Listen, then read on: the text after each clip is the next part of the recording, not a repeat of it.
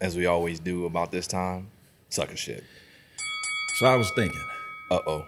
So after we leave here, I promised my daughter that we're going to Chick-fil-A. And we got to go today because can't go tomorrow. Chick-fil-A closed on Sunday, Close on Sunday. right? See, no matter like what you do, you're not getting the Chick-fil-A chicken sandwich on Sunday. They have an entire brand, they have a model and a way of doing business. It's the reason why they advertise for college football and not the NFL. Because the NFL is primarily played on Sunday, so it doesn't fit with the brand. LeBron James can try to get a Chick-fil-A sandwich. He ain't getting it on Sunday. You can get the In-N-Out truck, you get food trucks, you can get all you want, but you're not getting Chick-fil-A on Sunday. And so what am I trying to say? Well, they've been pretty successful because they set a standard. See, I hear all these people talking about what they are, like they Chick-fil-A, but Popeye's biscuits keep flying out their mouths.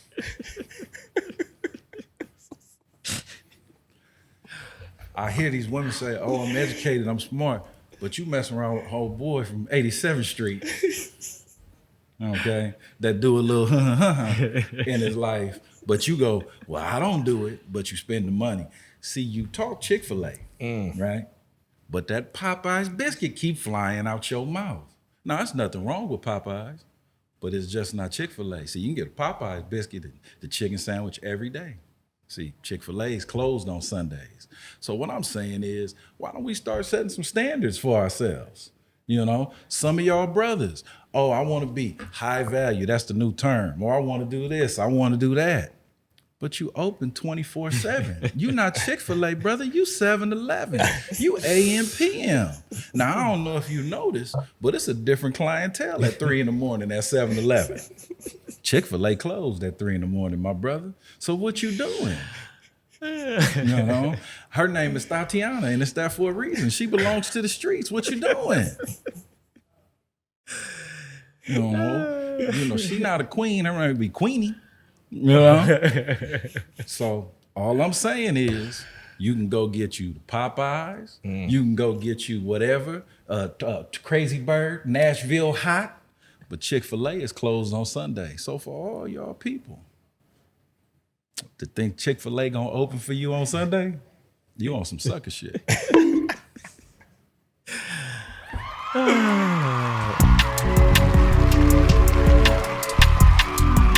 What we've been doing in this series, the SBLU, the SBL universe, is laying out the origin stories. And so, man, let's get this origin story from J period T period. Word. Word. Okay, well, we'll start off by saying, first of all, we welcome you once. No, I'm just kidding. First of all, I'm like potato salad. Everybody can't make me. So This is true. you know, I am what I am. There is a lot, but you know, let's hone in on this. We'll do the Cliff Notes version.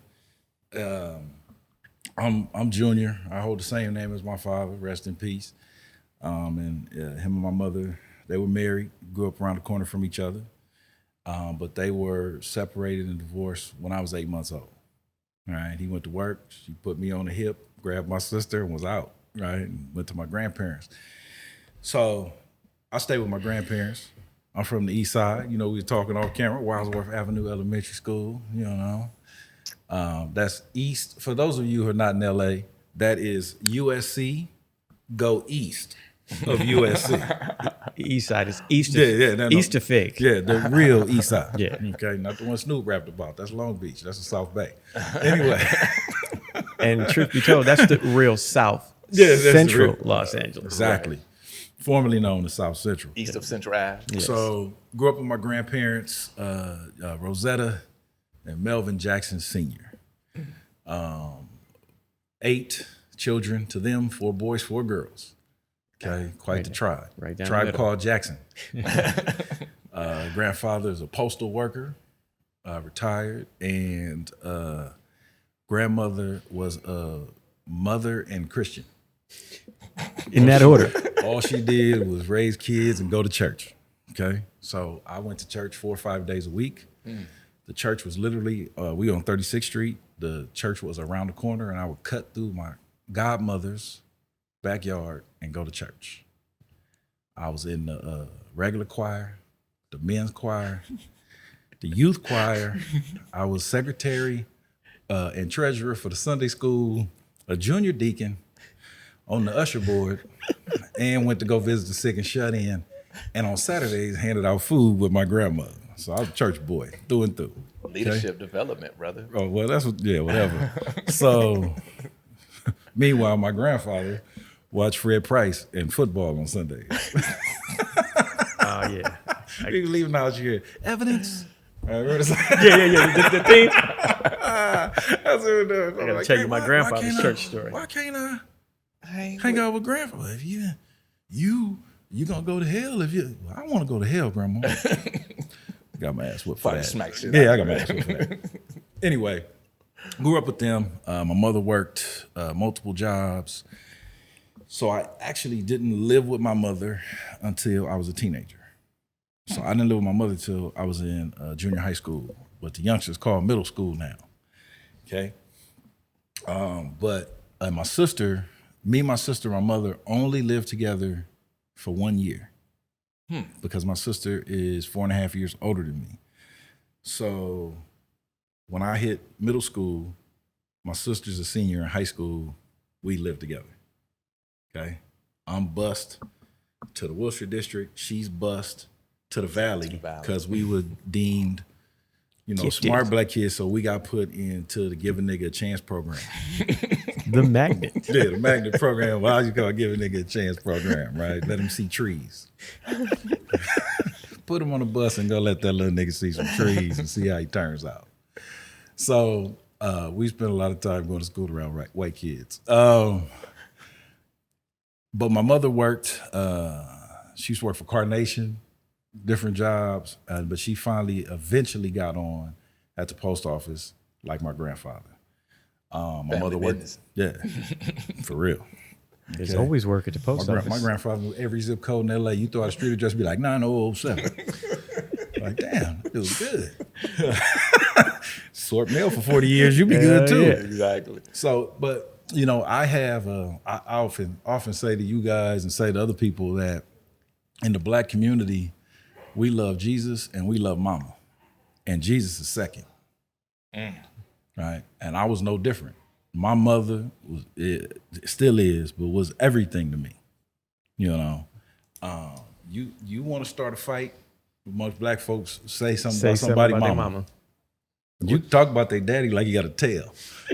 Say something about mama, and it's on and cracking. And I was no different, right? So my mother's my hero. I would not ever disappoint her. I'll give you this example. I play sports growing up, and actually I come from a football family, but I played basketball. I did not know that my father was a basketball player till after he died. So that's where I got that. My father played at Jeff. When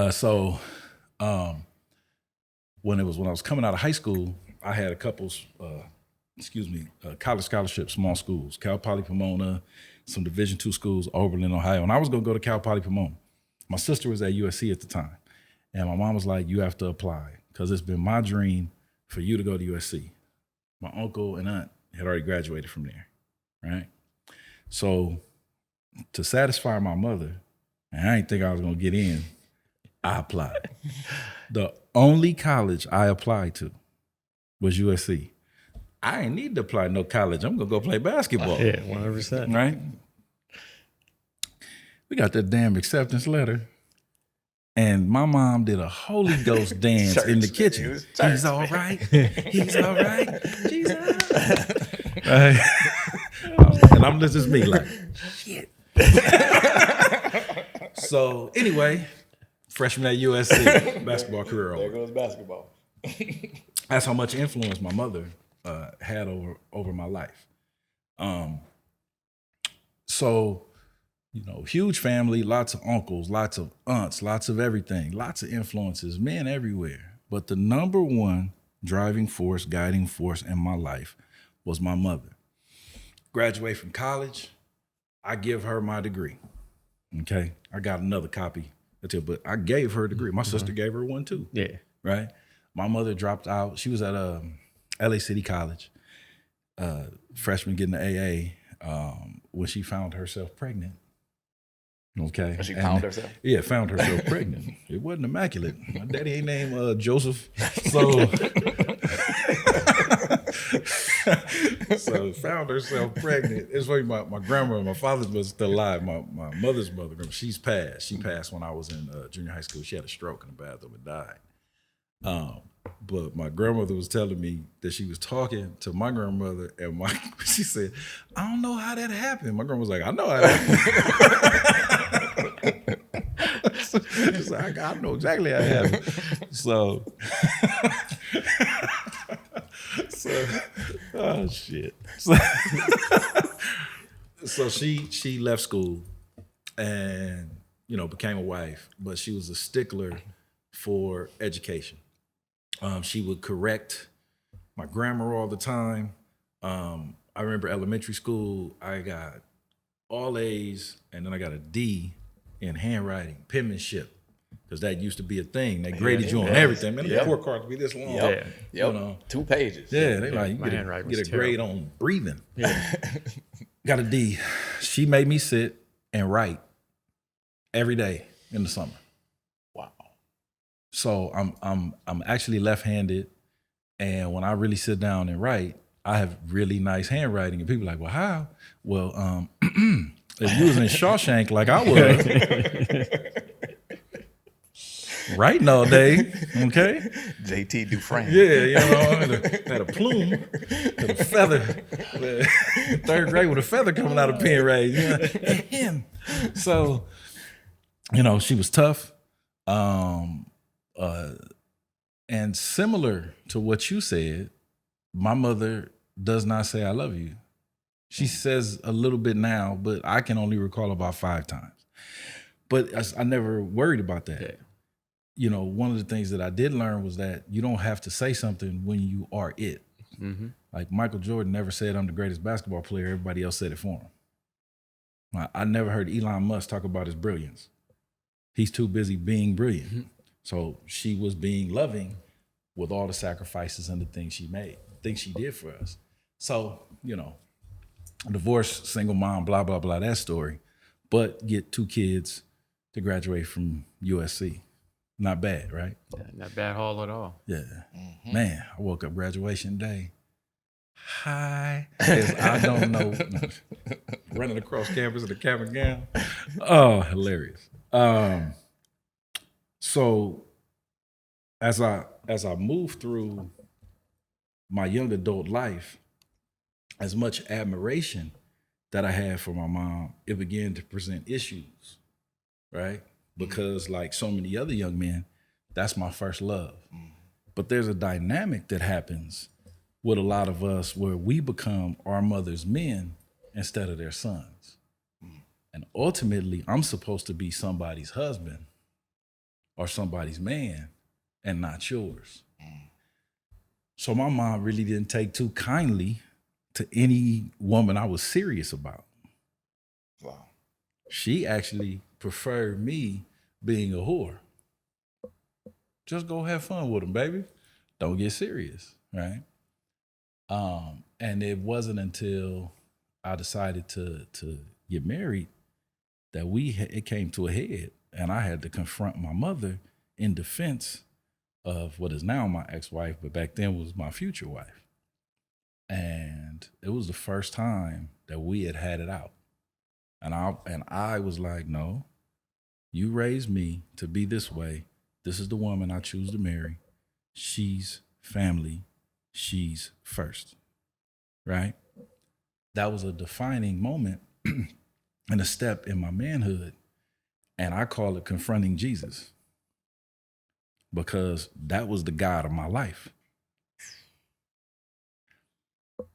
It was tough in the moment, But what happened since then was I began to be able to see her as a woman, not as a deity, that she's not perfect. She's human. I could see the good in her and the bad in her. I actually got more respect for her that she did all the things she did being human. Right. Recognizing her struggles. And it also gave me the frame to say, okay, what in her has influenced me to the positive and what to the negative? And now I can really do an analysis of me and do some growth and self-work. It also allowed me to examine women that I deal with. Because once you confront Jesus, Shirley ain't nothing. Right? I've already confronted the love of my life. So now me and you having a conversation and me just telling you straight up, that's not a problem. But it took that moment and the moments after and really digging into it, and it's changed me forever. That's my girl. I love her to death, but she's human, just like I am, you know? So when she do like her little petty stuff now, I'll be like, oh, okay, I see you a little jealous. You are a woman. Okay, I see what you're doing right there. You know, like one day she was like, yeah, it's all about me. Yeah. I was like, look at your little selfish ass, you know? But it's cool. She grandma. She do what she want. Yeah. You know, but, you know, growing up, we look at mom as like superhuman. Right? You know what I mean? And moms are special, but they're still people. Yeah. And you can't have a full growth and evaluation of yourself unless you can really break down where you come from, your influences, who these people are. Yeah. And why you are the way you are. We are able to say things about men and fathers. I was able to say anything I want about my dad. Not around her. She wasn't allowed, but anybody else, I could say whatever. Mm-hmm. And I didn't even know the man like that. Mm-hmm. Interesting. Right. It wasn't until after he passed that I learned all kinds of stuff. And in unlocking that, I learned more about myself. Mm-hmm. Like that basketball story I said. You know, why the hell does everybody in my family playing football and I love basketball? Right? Yeah. I got it honest, just didn't know. Yeah. I love to cook. My father was a chef in the Navy. Yeah. Wow. A cook in the Navy. Ain't no chefs in the Navy, but a cook in the Navy. And my grandmother told me stories when he would come home and cook for her. So when I reconnected with my grandmother, I threw a barbecue for her. And she was sitting on the couch so happy because I reminded her. Embodiment of her son. Right? I ain't connecting nothing. I don't know. I'm just learning all this. Yeah. Right? Like my mom growing up, you act just like your daddy. Be like, that don't mean nothing to me, nigga. No, I don't know him. Yeah. You might as well tell me mind you, the milkman. The dude just dropped off the mail or something, you know? Yeah, see? Connect it all. So, you know, I don't want to go too long, but I wanted to touch on that part of what we're calling the origin story series, in that it is not disrespectful. It is not evil. It is actually necessary to be able to confront the God or gods in your life, because they're people, they're not perfection. And it is our responsibility to grow so when what we hand to the next generation, they can be better. You know, I want my children, I want the kids I mentor, I want my nieces, nephews, cousins. I got 100 of them in LA. I want them all to be better than what I am. And how can I give them anything if I can't be honest, right? The way I do it is how I do it. Sometimes it's funny, sometimes it's this, sometimes it's that. But I'm always looking to get to the real, right? I'm the same MF every room I walk into. You want it or you don't want it, you know? So, I mean, that's how I get down, you know, and some people don't like the medicine I hand out, but it's okay. You know, Motussin.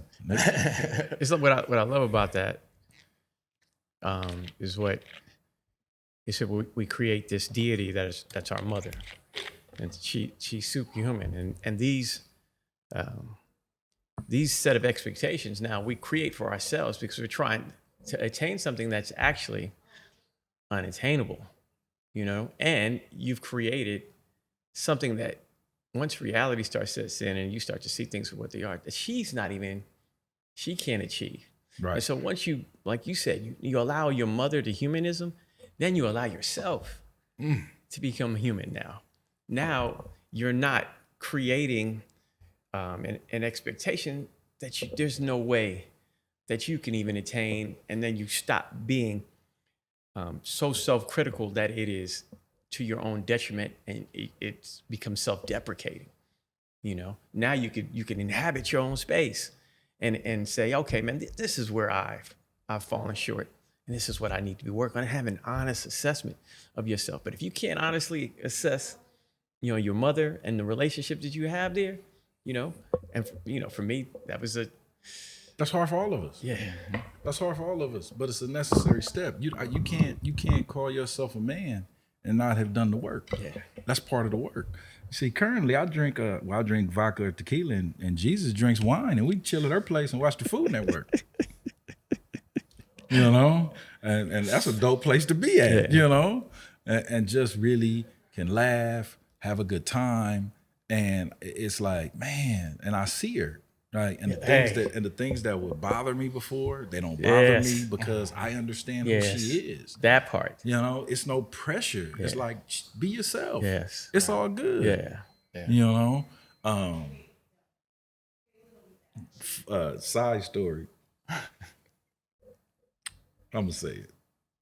It wouldn't be me if I didn't say it. So I was messing with my mom one day, and we was going back and forth, and she was like, I just wanted you to be different than your daddy. And I was like, you married him, he knocked you up twice. I was like, daddy hit.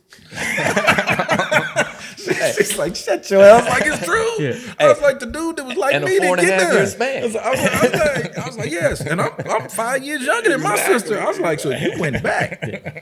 I was like, we not a year apart. You was kicking it. Yeah, definitely. Oh, man, she was mad at me for that one. Oh, yeah, because you confront her with her choices. Hey, man.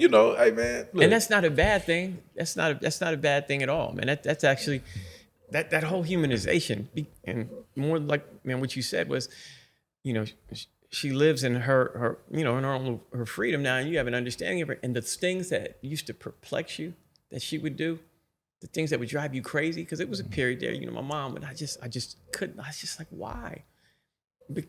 Well, she was superhuman, and so she was doing human stuff, and it was so confusing. Like, nah, man, this is not, you used to give, look at how much grace you gave my father, when he wasn't even deserving of that grace, and you gave him that grace, and now you over here, you know what I mean, being petty about this over here. I don't understand. It's human beings, man.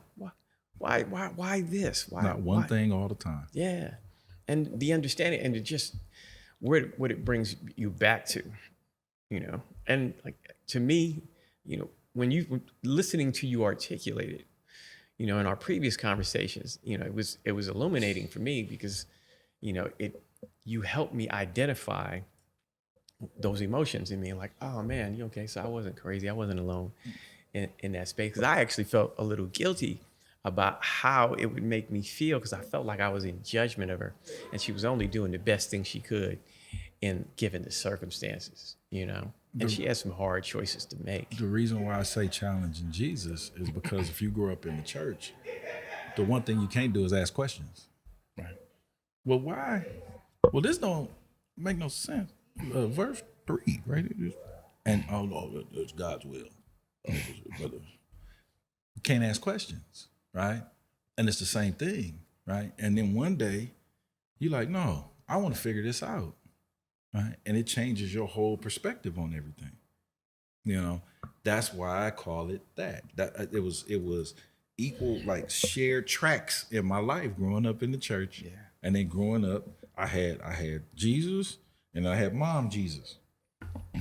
Right? And I had to learn to challenge both. Right? Yeah. Now, one more thing. fast forward to this part. So when I got divorced, it was really tough. Okay. And people do this, they go through stuff and you look for somebody to blame. You look for this, you look for that. Because of my experience and looking internally and breaking this down, it helped me realize, first of all, I got down on my knee and I asked for this. So this was my choice, right? Didn't nobody hit me in the back of the head. I got down on one knee and put a ring in my hand like this, right?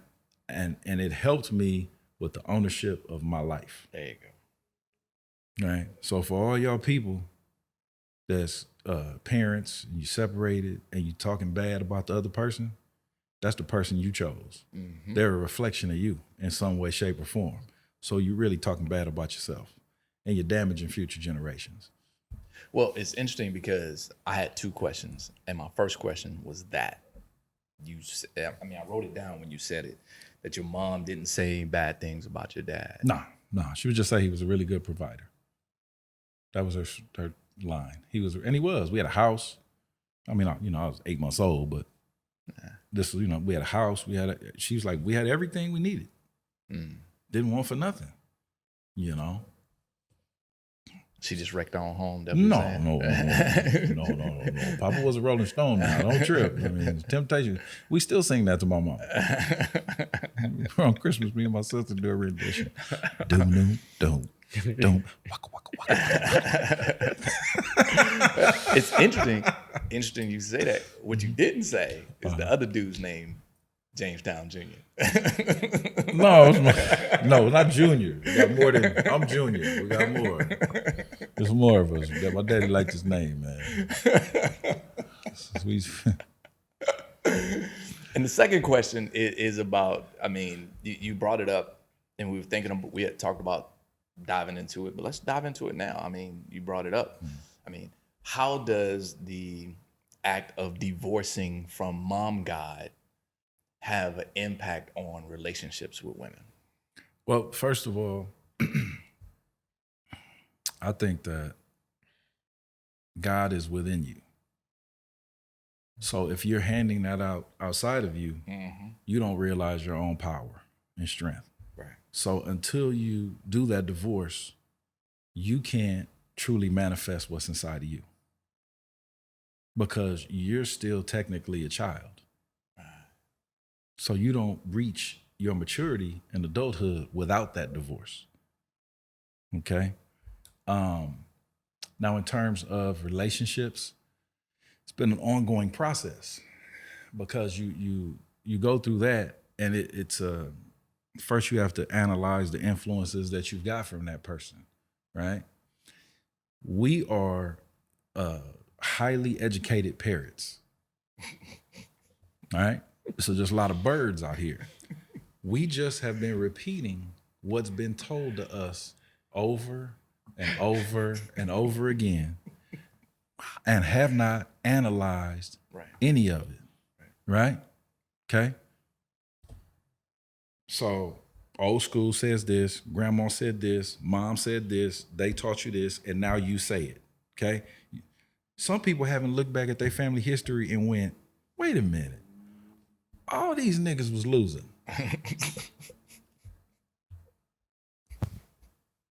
And handing out all this information. And handed me this information, and they gave me like the loser's playbook. Like it was the gospel. You said the loser's playbook? They gave you the loser's playbook, and here you are repeating it. Right? Because you can't do the autopsy on it because you can't question. Right? So for all of the beautiful things that she had her issues as well. And so much information or rules that people give you are born out of their fear and their don't hurt me stuff that they haven't dealt with. Their unhealed trauma, as people like to say, and they hand it to you and it's not even yours. Yeah. Worst kind of legacy you can hand on. Right? I ain't worried about no man cheating on me, mama. I ain't gay. So not your cross to bear. Not my cross to bear. So you have to be able to analyze that. Now, as I have moved further and have been able to look at me I realized, okay, for example, I like to save people, and it's good for my ego, right? Because I can go, I'm the man. See what I did, right? Yeah. Okay. Well, what happens after the person is saved? Well, now the mission is done. Yeah, So you got to go find a new person. now I to gotta save. go find a new person to save. Right. So from the jump, this relationship is not going to be set up for the long haul. This just serves my ego. Wow. So in that way, I'm a user. But you have to be able to be honest with yourself and break that down. And by the same token, look at all the skill set that you learned. You know what I mean? And you and I have talked about this, but all the domesticated things that you could do. Oh man, come on, let's go. So and you go through all of it, and then by virtue of that, tell me, based on all those things that you can do, right? That you don't need anyone else to do for you. The kind of companion you find yourself with. Okay, so here's crazy. So my mother, one of her philosophies was, I'm gonna teach you everything to do in the house, because it was her thought that the next generation of women, she was like, they're lazy and they think because they go to school that they don't have to do nothing else. Wow. Like my sister, she has a degree and she ran her own business, and now she's a high level, in her field, occupational therapy. But you want her place looks like the Macy's bed and bath store. How beautiful and laid out, and that's how my mother is, right? So, you come to my place, it's gonna be clean, it's gonna be laid. I've never been with a woman that could cook better than me. I don't want you to wash my clothes. I fold my own clothes because I fold them a certain way. My closet, everything's lined up. Shit. You could blindfold me and I could pick out a matching outfit. Same here. Right? So Same here. when you strip away that stuff from some people, they don't really know what to do with you. Because now we got to talk. Because it's not about, I'm just going to come over because you could cook. Right. Or I'm going to do this and I appreciate the help. Yeah. But now oh no, who are you? Right. What's going on? Yeah, living service. What's your real philosophies on life? real And character? because I've done the autopsy on my family, now when I'm around you, I'm watching your people because I want to know where you come from. Bingo. Because one thing I learned about being married, it was a lot of people in that bed with us. Mamas, grandmamas, uncles. It was crowded in there some nights. Yep. Because it was some philosophies coming that didn't have nothing to do with us, but it was embedded in us from years and years and years. Well, my grandma said, I was like, they was in wagons. She went to school. She was like, yeah. Your grandma rode a stagecoach to school. What the hell you quoting? What are we doing right now? I was like, Pony Express for no, the mail. that's what I'm saying. Like, I mean, and you've been married 8,000 years, so you guys have had to forge your own. Yeah, your philosophy is yours. If I tried to take yours, it wouldn't work for me. Right. Right. But what we think is, I'm gonna get a guy like my grandfather. Bread was a nickel. Right.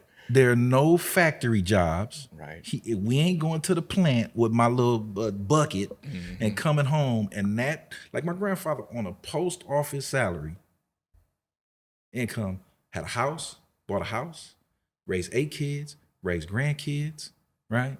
Sent people to school. You can't do it like that anymore. Right. The whole dynamic has changed. This whole thing is different. So you have to adjust everything to what's my grandmother didn't know how to drive. She never drove a car. Neither did mine. Wow. All she did was raise kids and go to church. But that's what it was back then. Wow. Right?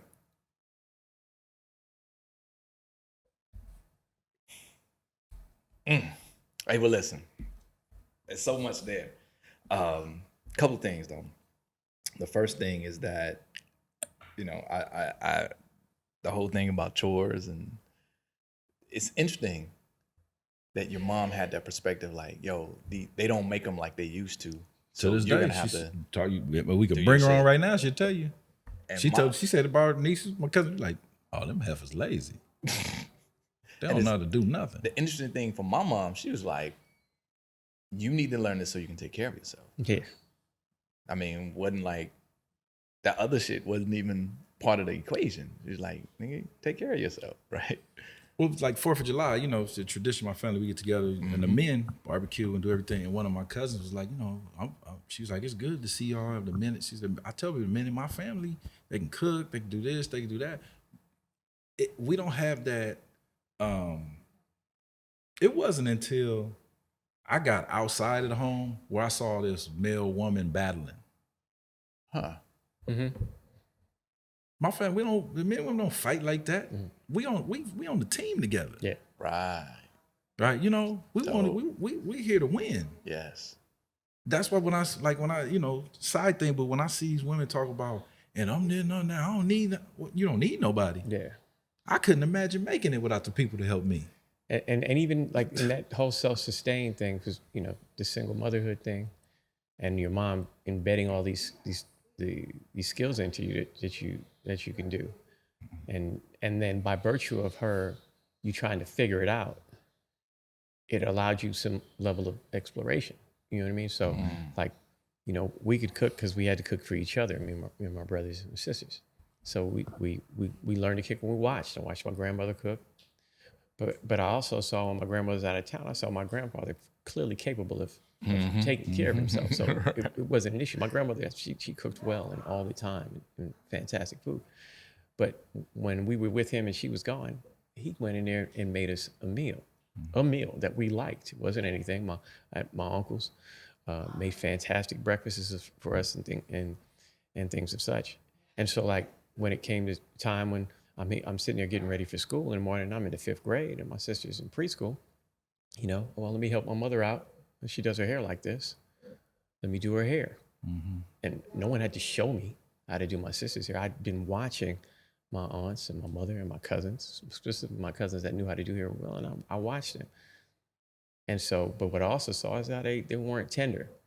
You know what I mean? And so I was able to do my sister's hair because I was tender with her. And she didn't mind that it was a little frizzy or something like that. Man, I messed up my daughter. I was rocking Afro puffs going to school. Okay. But I mean, it's sorry, baby. It's that portion of it where you know, the necessity, you know, by the necessity is created, and then you step into that space, and there's no fear in that. Right. Within that space, within me learning how to sew, right? Within me learning how to cook, within me learning how to do my sister's hair, and then by virtue of that, my little cousins who are like sisters' hair. At no point in time did I ever believe I was replacing a woman, or I didn't need a woman. And in no space. men were calling you soft or this or that. Yeah, We have a false sense of manhood. We have boys projecting what they think a man is, and girls projecting what they think a woman is. And girls projecting what they think a man. Yeah, exactly. It's all projection. It's not grounded in anything. Yeah. A real man, shut up. Right. And the crazy thing is, there's a certain point in time when my mom had finally got a better job than the nursing home, working for the state, home health care. So that means she had to drive around all the place. So she'd come home for lunch, watch Oprah. Everybody watched Oprah. She came home to watch Oprah. She'd take out some meat or whatever she wanted for dinner, leave me a note, and be like, this is what I want for dinner. And then she'd go back out. And then I come from school, and the shit is thawing in the sink, and I see her note. But before I hit the streets, the house was already clean. I made sure that shit was just constant. And then I made sure I made her a meal. Put shit in the oven, covered it up on the stove or whatever, and I bounced, right? But I did that because it's my mom, man. She was working her ass off, and I ain't want her to come home, because I was there watching her, you know, working all them days at the goddamn nursing home, and she kick off her shoes, and I used to take that what do you call it, the polish. It wasn't polish. It was the Nail polish remover. no, this for shoes. Oh, shoes. The white shit. Yeah, the white So she polish had because you had to, for the she had nursing. them white shoes. Yeah. So I used to do her shoes, Yeah. every couple weeks. Yeah, mother's boy shoes, nigga. Yeah. You should do that for my mom too. Them thick ass mother's boy shoes with the plastic on the top. Hey, real talk. So it was a certain point I was like, man, this is the least I could do. Mm-hmm. To just take that shit off her mind. She can come home, just eat. When I get home, I'll do whatever. She always used to clean up after herself. But That leads us to a relationship sticking point. Because when you grow up like that, there's a care in that, right? mm-hmm. So now you fast forward and you're sitting across from a woman who's proud to not be able to cook anything. Not that we can't go buy some food, not that I can't cook, but you're making a declaration of what you're not gonna do. I don't care enough about you to make you a meal. Wow. And I refuse to learn because it's a badge of honor for me not to. So it's a badge of honor for you not to take care of me, but you want to be taken care of. You have to be what you expect. Plaids and stripes don't match.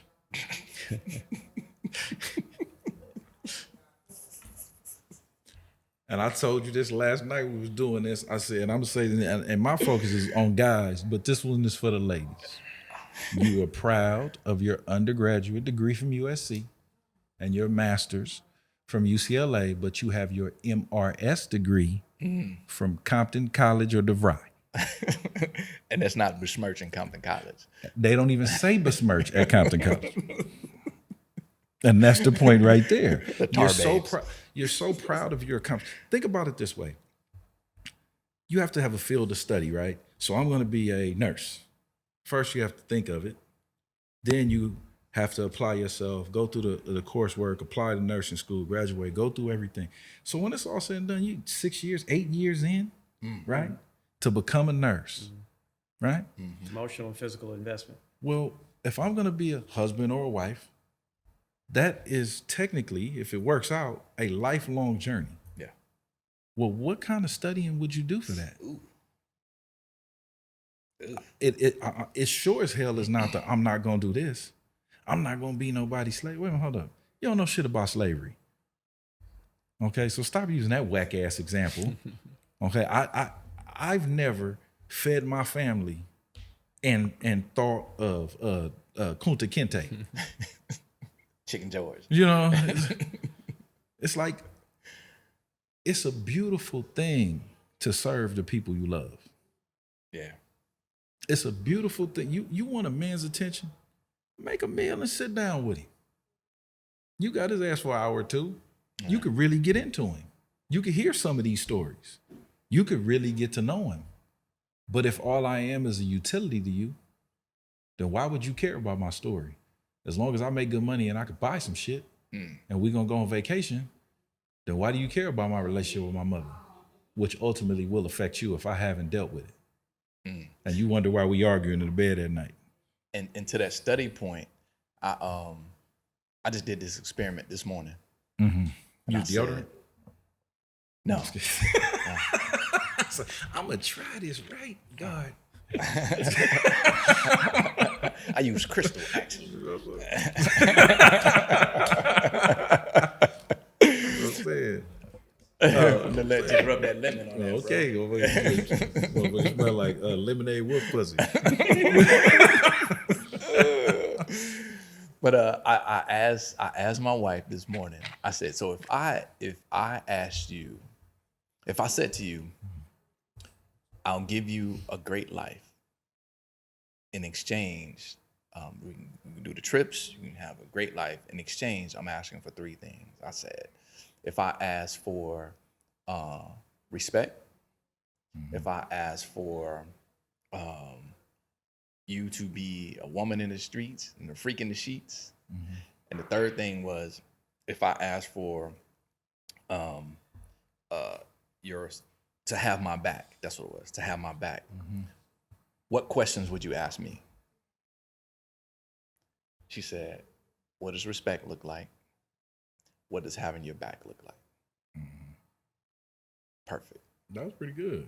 That was very good. That was pretty good. Yeah. That's like, 24 years right there, man. I was like, whoa, okay. That's 24 years. Okay. I thought you go to Coach Chappelle. Tough break, nigga. It's always FUBU. Because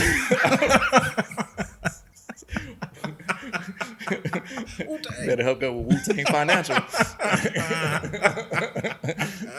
but that's the thing, though, to your point of study. Like, if we as men have to be in a position to know what we want to ask the question and say, hey, this is what I'm asking of you. Yeah. Yeah. The second thing, which she did perfectly, was, what does that look like to you? Not what does that fucking look like to me? Because it's gonna be different, right? But what does that look like for you? And I was like, okay, we can hang in there for a couple more years. Oh, that's how she got the extension? Yeah, that's how she got the extension this morning. Look, little This did we morning. know. This morning. but that goes to your study part, that MRS. I got to sign somebody first. That's what I'm saying. You know what I mean? Yeah, them 10-day contracts. Hey man, I gotta get a prospect. You know? Man. Hey, there's one more thing I want to hit on before we break. I just figured out what I wanted. Hey, write it down. Yeah, that's the start. yeah. That's the start. Write it down. Shit. One thing that it has always bugged me, and you brought it up today in your story. It's Pops was cheating, right? And that word always rubbed me wrong, right? To a certain extent, because things don't happen in a vacuum, and this is nothing about your mom. It's just in general. But when I hear women say, yo, that dude cheated on me, I always ask, what did you not do that he asked you for? Right? What happened? What is he looking for outside of the relationship? That he probably asked your ass. No, say that shit. Say that shit. What came to mind? 'Cause I know how your mind works. No, because I know it's not even. It's funny to me, but two things. They got divorced when I was 8 months old, so I don't know what the hell happened, right? And I didn't find all this stuff out, like I said, a lot of it until after my dad passed. So it wasn't from my mother saying it. So it's like, you say, I ain't saying that. You right. You ain't saying that. My mom don't even know, right? Right. And but what I was gonna say is, like, remember Bizarro? Bizarro. Right? The opposite of Superman had all the powers, but he was like, he was like, a moron. You're creating, like, yeah, he's a moron. Women will look at you like you're from Bizarro world for asking that question. Yeah. Most of the time, I mean, of course, there's people that just out there, doing whatever they do. But cheating is a manifestation of far many other things. Absolutely. And the interesting thing is there's all kinds of studies, and it ranges. But for everything I've researched, and you can go to stuff, marriage.com, just you go infidelity rates, to Google it. The difference between the rates of cheating men and cheating women is anywhere from 1%. The biggest one I've seen was a 6% gap. Yes. So both are cheating. But Narratives. right, okay. That, like, Human Nature, Michael Jackson sung it. Yeah. SWV sung it. A lot of people sung the song, right? Yeah. Okay, that's how cheating is. A lot of people sing that damn song, right? But Michael got the most credit for it. Yeah. So me and Michael, we get the King of most. pop. We get the most. Pop. You cheat on a woman, she gonna be on CNN with the no nigga list. Like, don't Charlie, Right. Dudes, we don't do that.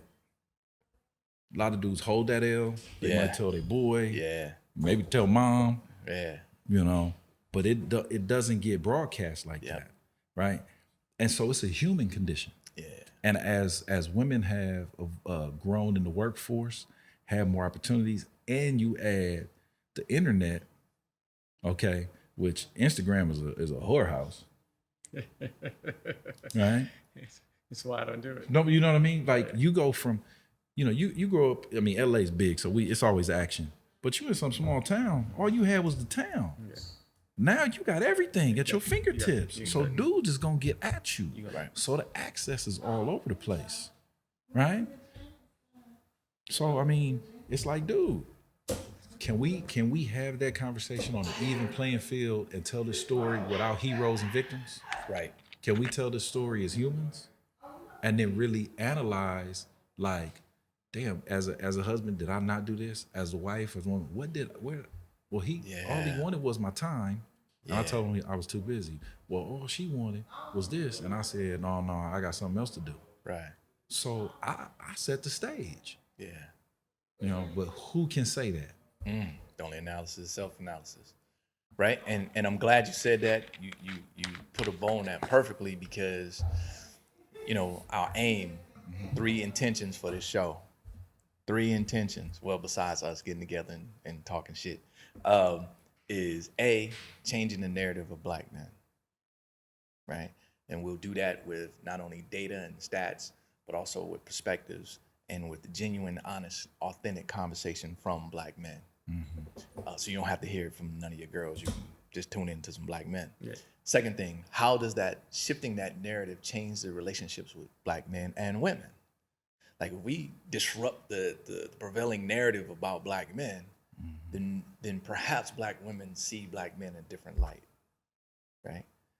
And then third, how does that shift in those relationships change our community? Strengthen, change, improve, evolve our community, right? So that's the intentions. And with that being said, I love it. We got a chance to get those origin stories in so we could show and showcase what experiences in our lives that made us the men that we are today, whether it be our experiences with women and how that affected us and it impacted us, and our experiences with men in our lives and how that showed us the pathway and set the foundation for manhood for us. So with that being said, listen, this show works best when you comment. So if you hear something, put that shit in the comment. You know what I'm saying? Let's dialogue. If you have something around those 3 intentions that you want us to talk about, share, throw it at us. And that don't mean we gonna do the shit, but we might. Yeah. But we won't know unless you hit us up. So comment. If you got something to say about Brooklyn, throw that in the comments. If you got something to say about the East Side, share it with your friends and South Crenshaw High. Share it with share it with your enemies too. Share it with your friends. Share it with that heifer you hate at the job. Your frenemies. Say something about the Democrats. Yeah. You know what I'm saying? So comment, share, subscribe, and with that being said, I'd like to thank you guys, man. I appreciate you. Should thank us. We were outstanding. Yeah, you were. Be on the lookout for Skinny Black's new cartoon series. It's called Medium Man. It's a dark-skinned superhero that wears little T-shirts. Hey, starring a broke-ass Don Cheadle. Me. Go Demos. With that, we out.